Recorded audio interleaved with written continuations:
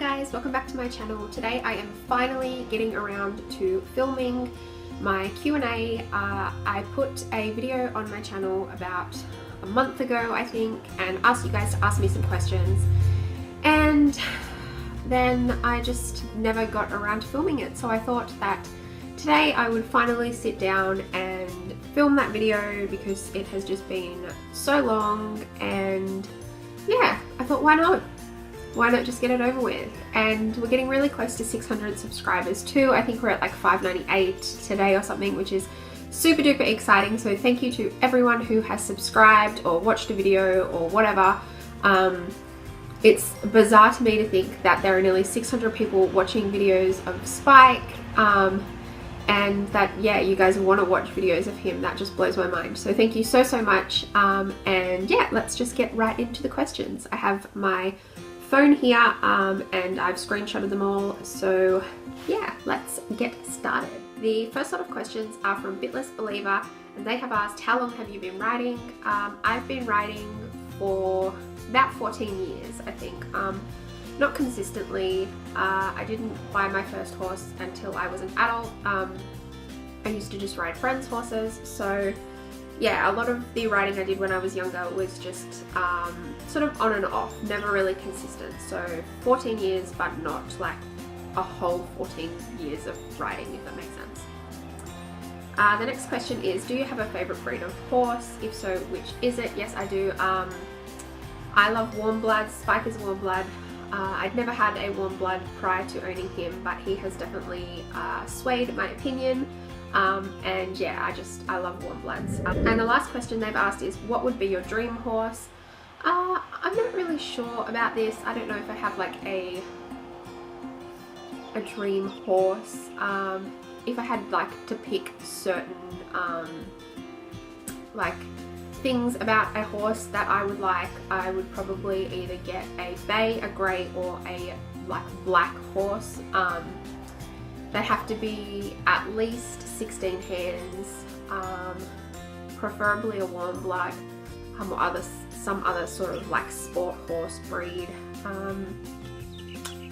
Yeah, and something that you could do lots of things on, so an all-rounder, something that was suitable for, you know, jumping and dressage, and that you could take out on trail rides and try new things with, because yeah, I get bored really easily and I like to try new things, so why not?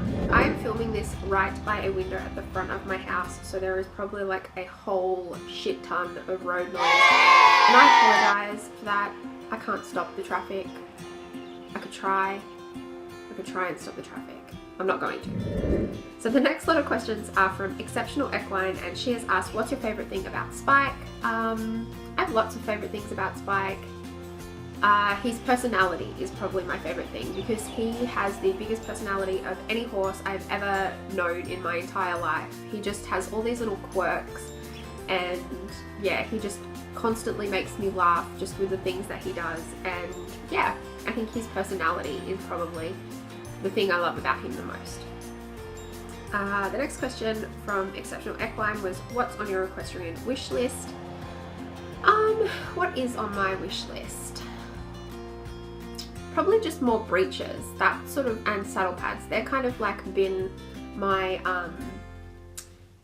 addictions at the moment. I kind of have all the big items that, you know, you need. There's nothing that I would want to replace of mine that I currently already have. So breeches and saddle pads, because they're the things that I have been, you know, stocking up on, I suppose, lately, or at least buying. And the last question is, if you could live in any song, what song would it be and why? And this is a really good question, and I have been thinking about this question on and off since it was asked, and I can't really pick just one song, so I've decided that instead of picking a song, I'm going to pick a band, and that band would be Florida Georgia Line, because I love their songs, because they're fun, and you know, they're always about enjoying life and family and friends, and yeah, just having fun. So if I was going to live in any song by any band, it would be one of their songs, because their songs are just really fun. Rainbow Gal asked, how old were you when you started riding? I was about 14, I think, when I first started taking proper riding lessons. So that's when I say I started. Kate GB has asked, what do you do for a living? Too personal? No, that isn't too personal at all. I'm happy to answer that. I work for state government, and I am also a writer, so I have a blog. And it is an equestrian blog, of course, how could it not be? And it is always linked down below, so if anyone wants to check it out, shameless plug, you can go and do that. It's just brunetteinbreeches.com. She's also asked thoughts on getting a second horse. I will not be getting a second horse. I can't afford to keep a second horse. If I could, then I probably would, and if at some stage in the future I own my own place where I can keep my horses at home, I would definitely consider getting a second horse. But having to board is really expensive, and I can't really afford to board 2 horses, so no second horse for me in the foreseeable future. And are you going to watch the Olympic equestrian sports this year? Yes, I am. That'll probably be the only Olympic events that I do watch. Next set of questions. The first question is from Bulletproof Eck. Do you ride any horses other than Spike? No, I don't. Toddy has asked, how long have you had Spike? I've had Spike for 5 years. It was 5 years in April. She's also asked, has he ever had any problems due to his condition? Has it affected him at all? No, it hasn't, at least not in the time that I have owned him. He doesn't have any side effects from his swayback at all. The biggest concern for us really has been trying to find a saddle to fit his back. And she's also asked, what is Spike's favourite horsey treat? Spike loves anything edible. He will eat he will eat nearly anything that you give him. But his favourite snacks are licorice, carrots, and barbecue flavoured rice crackers. And he doesn't get those too often, but he really does like them. Erin Nickham has asked, what is your dream saddle? I don't really have one, and the reason that is because Spike's a really hard horse to fit, and so my saddle options are really limited, so I don't really have like a favourite or dream saddle, because if I did, it probably wouldn't fit him anyway, so best to just not go there. She's also asked, what are your favourite riding boots? I have Ariat boots. They're the Field Zip boots. Isabella Johnson has asked, if you could be sponsored by any brand, what would it be? If I could be sponsored to any brand, it would be probably Wintec. Most of my gear is Wintec gear. The saddle that Spike has is by Wintec, and I absolutely adore it. Or I suppose if I had to choose like a fashion type, equestrian brand, I would choose Giddy Up Girl, because I have a couple of pairs of their breeches. Actually, no, that's a lie. I have a lot of pairs of their breeches. Most of my breeches collection is made up of that brand, and I absolutely love them. And they're Australian too, which is really exciting. So if I had to choose any 2 brands, it would be Wintec or Giddy Up. Riding Free has asked, what is my favourite equestrian item? My favourite equestrian item is my jelly scrubber, and I know that sounds really weird because it's just like a little $2 like plastic brush, but I absolutely adore it, and it is just like the best grooming product I have ever bought in my entire life, and it cost like next to nothing from Horseland, but I just love it. And I use it every time, and I don't know how I lived without it. Like, I look at it now and I just think, how did I live without this product? So yeah. She's also asked, how did you find Spike and how did you know you wanted to buy him? I've actually done a whole video on this. I wasn't looking for another horse when I bought Spike. I already had 3 horses, and I wasn't looking for another horse, but a friend contacted me and said that she had a friend that had a horse for sale who she thought might be a good fit for me, because I'd recently taken on a rescue horse, I suppose, and she thought that Spike might be another good rescue prospect. So yeah, I found out that he was for sale through a friend, and as I said, I wasn't looking to buy another horse, but yeah, I kind of just felt like I needed to buy him. I don't know why. If you go watch that whole video, it's about 10 or 15 minutes long, I think. but it explains the whole story. And yeah, there's really no reason as to why I bought him. I just kind of felt like I was supposed to, and so I did. And the last question, Riding Free, has asked, when was your first time falling off a horse and how? And I think I'm going to actually do a whole video on this. I've been thinking about doing it for a while, but I wanted to sort of sit down and plan it out. But my first time falling off a horse was when I was about 15, I think. I can't remember exactly. But I was riding a friend's horse, and he was a 17-hand thoroughbred, and he was blind in one eye. He was, he only could see out of one eye. And he got spooked by something and bolted, and yeah, I just sort of fell off. Like, he was like full galloping for home, and then just kind of made a really sharp turn, and I just fell off the side. Ponies on wheels.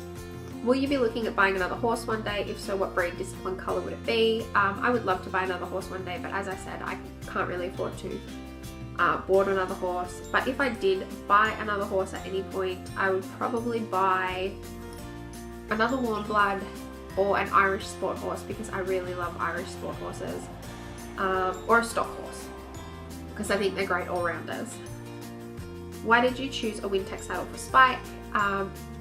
I chose that saddle under the advice of my saddle fitter, and because it was so highly customized,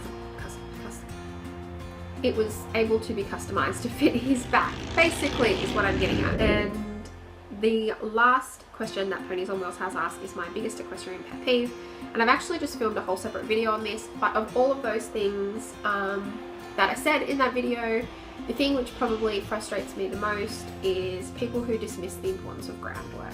I think groundwork is really vital to any horse's education, and yeah, it's frustrating when people say it's not important or that they don't have time for it.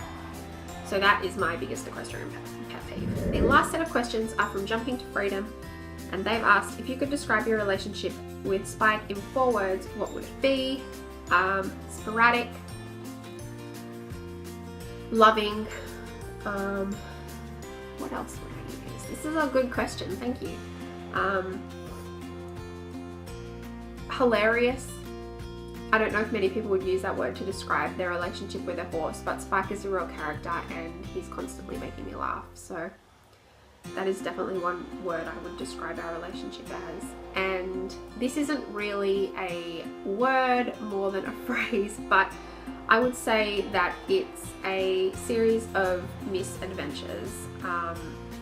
And I say that because in the 5 years that I've owned him, we've been through quite a lot. And yeah, that's really been like the defining thing about our relationship, is all the stuff that we've been through together. So yes. Have you ever stopped riding or thought about it, and why? Yes, I have. I think that at some point in every equestrian's riding career, they're going to think about stopping riding for some reason or another. And I've stopped riding before, but I mean, that's mostly been because I haven't had horses to ride. But yes, I have thought about stopping riding before, and for lots of reasons. It's expensive.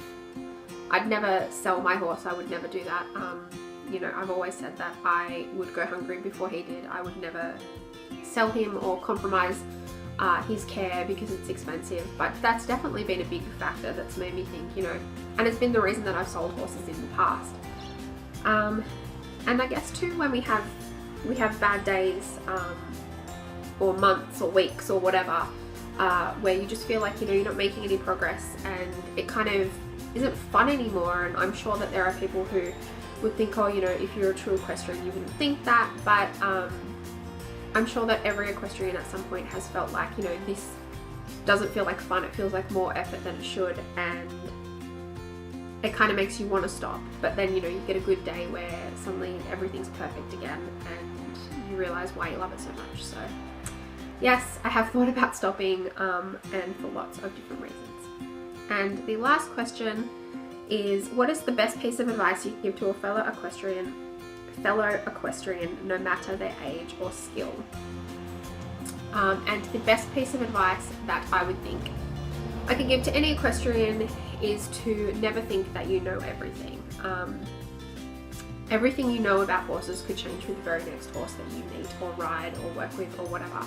And we are constantly learning, we're constantly readapting what we know to fit situations, and at no point in your riding career will you ever know anything, well, everything.